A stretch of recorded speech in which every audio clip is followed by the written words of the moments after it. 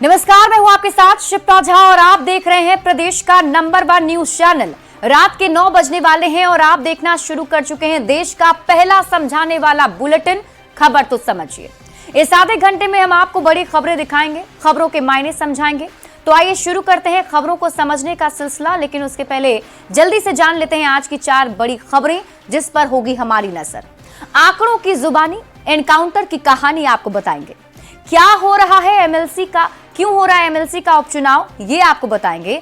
450 वाले सिलेंडर पर हर साल कितना खर्चा आएगा, ये भी आपको बताएंगे। और समझिए दिल्ली का रिजल्ट क्या संदेश देने वाला है। और शुरुआत सबसे पहले करेंगे दानापुर के फुलवारी शरीफ में अपराधी और पुलिस के बीच में मुठभेड़ हुई, जिसमें 2 अपराधियों को पुलिस ने मार गिराया। इसमें एक एएसआई घायल है। सबसे पहले ये रिपोर्ट देखिए, फिर खबर तो समझिए। बिहार में अपराधी किसी भी कीमत पर नहीं बचे, जरूरत पड़े तो पुलिस को इनकाउंटर भी करना चाहिए। अब शायद ऐसे बयानों का असर जमीन पर दिखने भी लगा है। तभी तो दानापुर के फुलवारी शरीफ में अपराधी और पुलिस के बीच में मुठभेड़ हुई, जिसमें 2 अपराधियों को पुलिस ने मार गिराया। एक व्यक्ति और जो इनका ड्राइवर था वो गिरफ्तार हुआ, जिससे हम लोग पूछताछ कर रहे हैं और जिसके बयान के उपरांत आगे कर रहे हैं। 9 से 10 की संख्या में आए अपराधी बड़ी लूट की योजना बना रहे थे, लेकिन पुलिस को पहले ही भनक लग गई थी। मोबाइल ट्रैकिंग के जरिए अपराधियों के एग्जैक्ट लोकेशन का पता चला और जब पुलिस मौके पर पहुंची तो अपराधियों ने फायरिंग शुरू कर दी। पुलिस ने भी जवाबी कार्रवाई की, जिसमें 2 अपराधी मारे गए, जबकि एक एएसआई घायल है, जिनका नाम विवेक प्रसाद है, जिन्हें एम्स में भर्ती कराया गया है। 2 मारे गए हैं और पिकअप वैन है उसका ड्राइवर पकड़ाया है। हमारा साथी जो है इंजर्ड है, लिवर में इंजरी है। नए डीजीपी विनय कुमार के पद संभालने के बाद पिछले 1 महीने में बिहार में ये तीसरा एनकाउंटर है। 13 दिसंबर 2024 को पटना के जगदलपुर थाना क्षेत्र के संजय नगर में एसटीएफ और अपराधियों के बीच मुठभेड़ में छपरा का कुख्यात अपराधी अजय राय मारा गया था। 4 जनवरी को पूर्णिया में पुलिस और अपराधियों के बीच मुठभेड़ में कुख्यात अपराधी सुशील मोची मारा गया और अब 6 जनवरी की रात पटना के फुलवारी शरीफ थाना क्षेत्र में पुलिस मुठभेड़ में नालंदा के 2 अपराधी मारे गए। पड़ोसी राज्य उत्तर प्रदेश के सीएम योगी आदित्यनाथ ने विधानसभा में कहा था, मिट्टी में मिला देंगे। और फिर इस माफिया को मिट्टी में मिला देंगे। यूपी में अपराधियों का क्या हाल है ये पूरा देश जानता है। हाल के दिनों में बिहार में हुए एनकाउंटर यहाँ के बदमाशों के लिए संदेश है कि सुधर जाओ, नहीं तो सुधार दिए जाओगे। न्यूज़ 18 के लिए दानापुर से अमरजीत कुमार के साथ ब्यूरो रिपोर्ट। और अब आप आंकड़ों की जुबानी, एनकाउंटर की पूरी कहानी समझिए। सिलसिलेवार तरीके से आपको ये पूरा आंकड़ा बताते हैं। 13 दिसंबर 2024 पटना में एसटीएफ और अपराधियों में मुठभेड़ होती है। कुख्यात अपराधी अजय राय मारा जाता है। फिर 4 जनवरी 2025 की वो तारीख जब पूर्णिया में पुलिस और अपराधियों के बीच मुठभेड़ हो जाती है। कुख्यात अपराधी सुशील मोची मार गिराया जाता है। फिर अगली तारीख 6 जनवरी 2025 की पटना के फुलवारी शरीफ में मुठभेड़ होती है। नालंदा के 2 अपराधी मारे जाते हैं। अक्टूबर 2024 में पूर्णिया में पुलिस और एसटीएफ की संयुक्त कार्रवाई हो रही थी। कुख्यात अपराधी बाबर कुमार मारा गया था। फिर जून 2024 में यूपी में बिहार और यूपी एसटीएफ की संयुक्त कार्रवाई हुई। बेगूसराय का कुख्यात नीलेश राय मारा गया। 2024 में हरियाणा के मानेसर में एक एनकाउंटर हुआ, जिसमें कुख्यात सरोज राय मारा गया। बिहार एसटीएफ और हरियाणा पुलिस की यह संयुक्त कार्रवाई थी।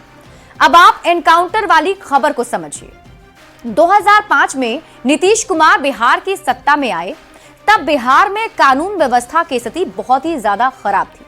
हालात का अंदाजा इस बात से लगा सकते हैं कि कोर्ट ने जंगल राज जैसे शब्द का इस्तेमाल कर दिया था। नीतीश कुमार के सामने कानून का शासन स्थापित करना एक बड़ी चुनौती थी, लेकिन नीतीश कुमार की सरकार बनते ही अपराधियों के खिलाफ जमकर कार्रवाई शुरू हो गई। डर के मारे अपराधी बिहार छोड़कर भागने लग गए थे। जो पकड़े गए उनको स्पीडी ट्रायल कराकर सजा दिला दी गई। मतलब ये कि नीतीश सरकार के 2005 से 2010 के शासनकाल को कानून व्यवस्था के हिसाब से स्वर्णकाल माना जाता रहा है। लेकिन हाल के दिनों में कुछ आपराधिक घटनाएं बढ़ी थी। विपक्ष लगातार अपराध के मुद्दे पर ही सरकार को घेर रहा था।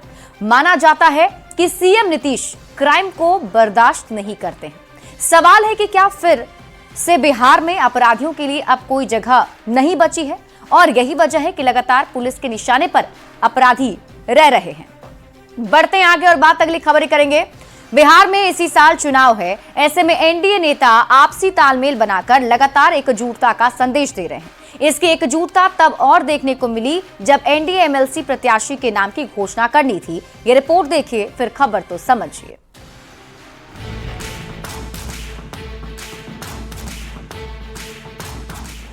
मुख्यमंत्री नीतीश कुमार को लालू प्रसाद से मिले ऑफर के बाद एनडीए नेता लगातार बिहार में एकजुटता का संदेश दे रहे हैं। ऐसी ही तस्वीर देखने को मिली पटना में, जब बिहार में एक एमएलसी प्रत्याशी के नाम की घोषणा करनी थी, जिसमें बिहार एनडीए में शामिल सभी दलों के प्रदेश अध्यक्ष शामिल हुए। ये तो कार्यकर्ता सम्मेलन है और आप जानते ही हैं, मीडिया के साथी को मालूम है कि एनडीए के जो साथी हैं, चाहे हमारी सरकार, हम लोग जनता के लिए प्रतिबद्धता हम लोग रखते हैं। ये संयुक्त कार्यकर्ता सम्मेलन है एनडीए के सभी घटक दल के कार्यकर्ताओं का, और एक विशाल फौज प्रत्येक जिला में पांचों दल के कार्यकर्ता एक साथ जमा होंगे और पूरे बिहार को ये एनडीए कार्यकर्ता सम्मेलन ये संदेश दे देगी कि आने वाले 2025 में और कोई दुकानदारी किसी की चलने वाली नहीं है। जिसके ऊपर कोई भी केस ना हो, ऐसी स्वच्छ छवि के ललन प्रसाद बिहार की राजनीति का कोई बड़ा नाम तो नहीं है, लेकिन एक जुझारू कार्यकर्ता जरूर है, जो 1994 से सीएम नीतीश कुमार के साथ जुड़े हुए हैं। धानुक जाति से आने वाले ललन प्रसाद 2001 से 2006 तक घाट कुसुम्भा प्रखंड के जेडीयू प्रखंड अध्यक्ष रहे, जबकि 2009 से 2013 तक जेडीयू शेखपुरा जिला के उपाध्यक्ष रहे हैं। वहीं 3 बार शेखपुरा जिला परिषद के सदस्य रहे हैं। एक आम कार्यकर्ता को सर्वसम्मति से एमएलसी का टिकट देकर एनडीए की ओर कार्यकर्ताओं को एकजुटता का बड़ा मैसेज दिया गया है। पटना से न्यूज 18 के लिए आनंद अमृतराज की रिपोर्ट। तो एनडीए ने एकजुटता का संदेश तो दे दिया, लेकिन आप ये समझिए कि आखिर ये एमएलसी का उपचुनाव क्यों हो रहा है। तो आरजेडी के सुनील कुमार सिंह की सदस्यता खत्म होने के बाद ये सीट खाली हुई थी।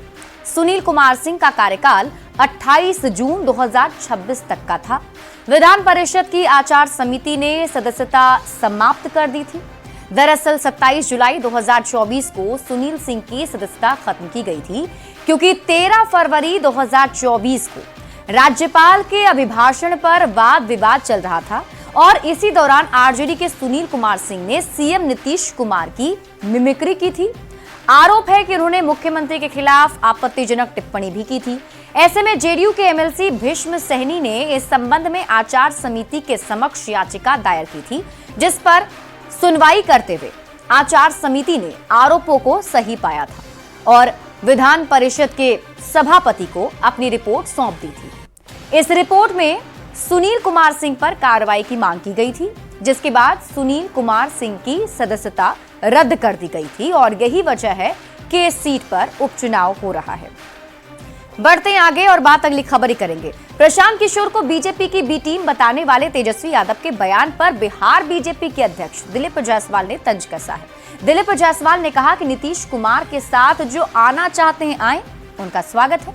ये रिपोर्ट देखिए।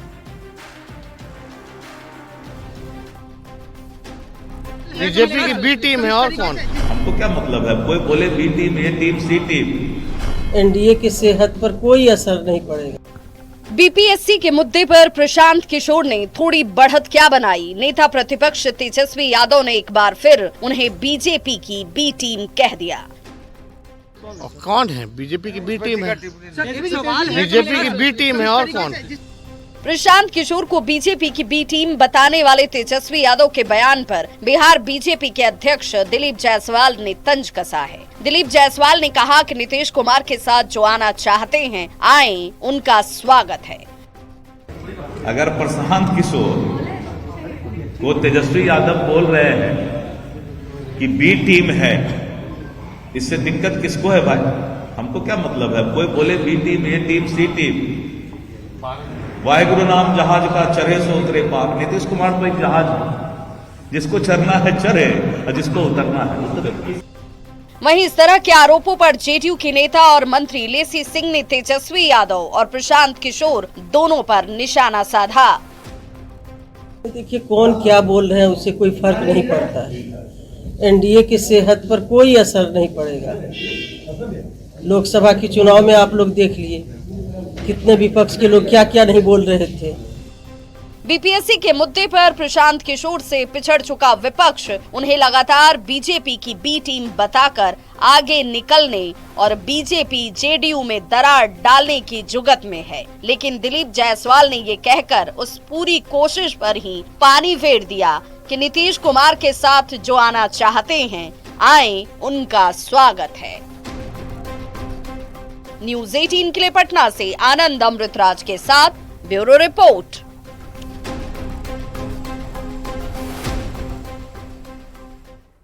झारखंड में सिलेंडर पर सियासत सुलग गई है। चुनावी वादों को पूरा करने के लिए सत्ता पक्ष और विपक्ष के बीच ठन गई है।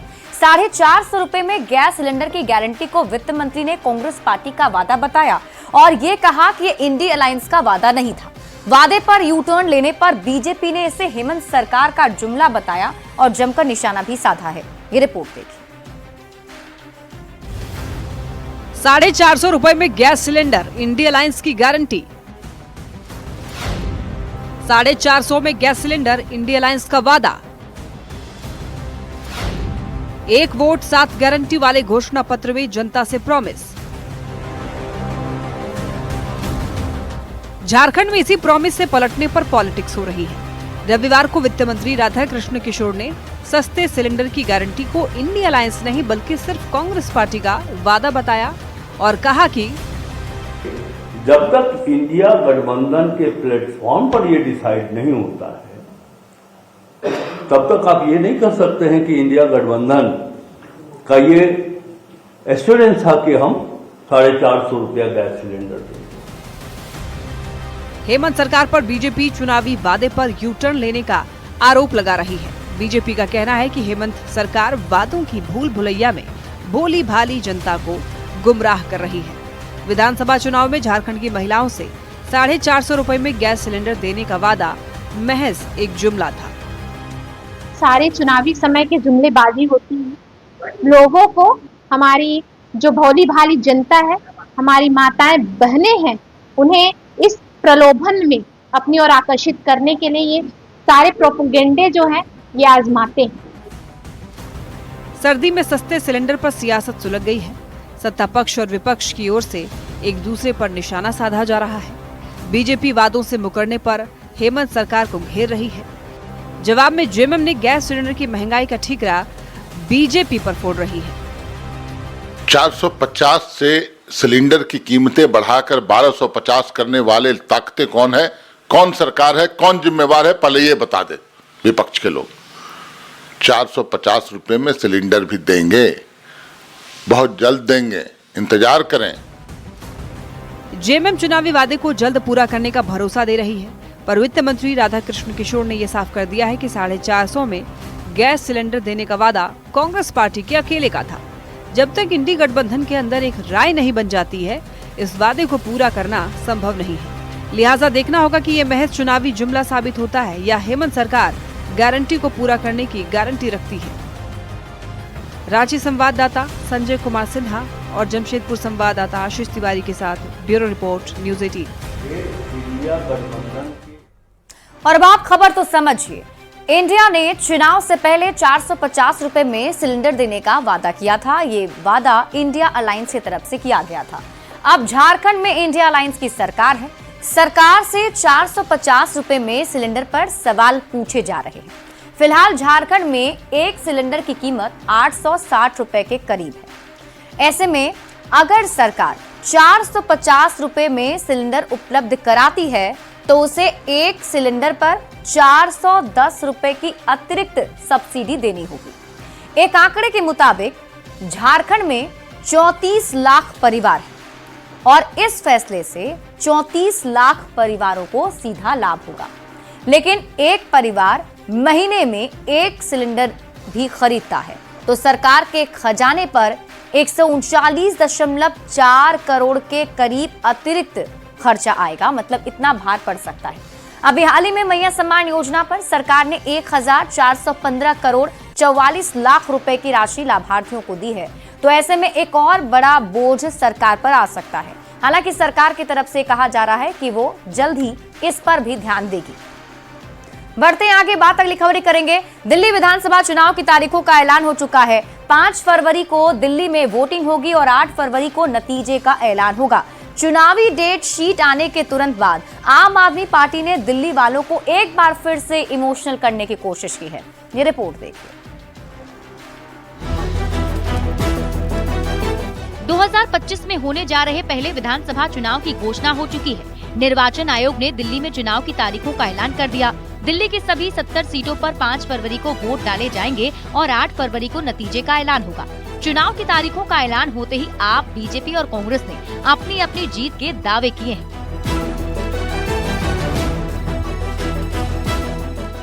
इस बार दिल्ली में सबसे अधिक मतदान होगा, ऐसा मेरा विश्वास है। दिल्ली के व्यापारी, दिल्ली के लोग, दिल्ली के कामगार, दिल्ली के कारोबारी पूर्ण वेग से दिल्ली चुनाव में जुटेंगे और अपना समर्थन देंगे। और मुझे लगता है कि पिछली बारों की तरह ही भारतीय जनता पार्टी को बहुत कम सीटें आएंगी और आम आदमी पार्टी को एक बड़ा बहुमत, छोटा बहुमत नहीं, एक बड़ा बहुमत जो है आम आदमी पार्टी को मिलेगा। दिल्ली में चुनाव की तारीखों का ऐलान होते ही एक बात तो साफ हो गई कि इस बार दिल्ली की लड़ाई करप्शन बनाम इमोशन है। आज दिल्ली की सीएम आतिशी ने प्रेस कॉन्फ्रेंस कर आरोप लगाया कि पिछले 3 महीने में दूसरी बार ऐसा हुआ जब उन्हें आवंटित सरकारी आवास से बाहर निकाल दिया गया।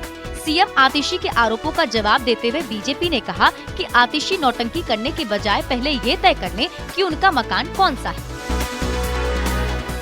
भारतीय जनता पार्टी की केंद्र सरकार ने मुझे 3 महीने में दूसरी बार उस मुख्यमंत्री आवास से निकालकर बाहर फेंक दिया, चिट्ठी भेजकर।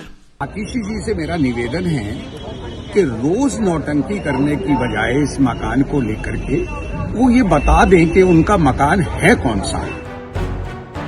इस बार दिल्ली में शीश महल का मुद्दा सबसे बड़ा चुनावी मुद्दा है, जिसे बीजेपी और आम आदमी पार्टी दोनों अपने अपने तरीके से कैश कराने की कोशिश में है। Bureau report, news 18। दिल्ली विधानसभा चुनाव के बारे में आपको और अधिक जानकारी देते हैं। देखिए, चुनाव नोटिफिकेशन की तारीख जो है और नॉमिनेशन की जो तारीख है वो सब कुछ डिटेल में आज बता दी गई, जिसमें चुनाव नोटिफिकेशन की तारीख बताई गई है 10 जनवरी, नॉमिनेशन की अंतिम तारीख है 17 जनवरी और नाम वापस लेने की अंतिम तारीख है 20 जनवरी। और दिल्ली विधानसभा चुनाव के बारे में अगर आपको बताएं, जो वोटिंग का डेट रखा गया है वो है 5 फरवरी, यानी कि 5 फरवरी को 70 विधानसभा सीटों पर वोट डाले जाएंगे और इसके साथ ही काउंटिंग की तारीख है 8 फरवरी, यानी कि दिल्ली विधानसभा चुनाव का रिजल्ट 8 फरवरी को ऐलान कर दिया जाएगा। अगर हम बात करें दिल्ली विधानसभा चुनाव में कुल वोटर्स की संख्या की, तो जो कुल वोटर्स है वो है 1,55,00,000। इनमें से पुरुष वोटर्स की संख्या है 84,49,645 और महिला वोटर्स की संख्या है 71,73,952। दिल्ली विधानसभा चुनाव 2020 के रिजल्ट पर अगर आप नजर डालें, मतलब पहले जो 5 साल पहले का रिजल्ट था वो था, उसके मुताबिक आप को 62 सीटें मिली थी और बीजेपी को 8 सीट मिली थी। अब आप ये समझिए कि दिल्ली विधानसभा चुनाव का जो रिजल्ट 2015 में था उसमें 67 सीट पर जीत मिली थी आम आदमी पार्टी को और 3 सीट बीजेपी के खाते में आई थी। अब आप समझिए दिल्ली का रिजल्ट क्या संदेश देगा। अगर दिल्ली में आम आदमी पार्टी जीत जाती है तो दिल्ली का किला और मजबूत होगा, विपक्ष का मजबूत चेहरा बन जाएंगे अरविंद केजरीवाल। अब आप ये समझिए कि अगर आप हार जाती है, मतलब दिल्ली विधानसभा का चुनाव आम आदमी पार्टी हार जाती है, तो आपके अस्तित्व पर ही सवाल उठने लग जाएगा और अरविंद केजरीवाल की इमेज पर भी इसका असर होगा। अगर हम ये कहें कि बीजेपी चुनाव जीत जाती है दिल्ली विधानसभा का, तो 27 साल का जो वनवास है वो खत्म हो जाएगा और दिल्ली में नई लीडरशिप का उभार देखने को मिलेगा। अगर दिल्ली में बीजेपी हार जाती है तो कार्यकर्ताओं के मनोबल पर इसका असर पड़ेगा और अरविंद केजरीवाल बड़ी चुनौती बनकर उभरेंगे। और अगर दिल्ली में कांग्रेस जीत जाती है तो आम आदमी की पार्टी की चुनौती खत्म होने लगेगी। पंजाब सहित पूरे देश में सकारात्मक संदेश जाएगा। अगर कांग्रेस हार जाती है तो इंडिया अलायंस में दावा कमजोर होगा, राहुल गांधी के खाते में एक और हार दर्ज हो जाएगी। और फिलहाल इस बुलेटिन में अभी के लिए बस इतना ही। आप देखते रहिए न्यूज़ 18 बिहार झारखंड।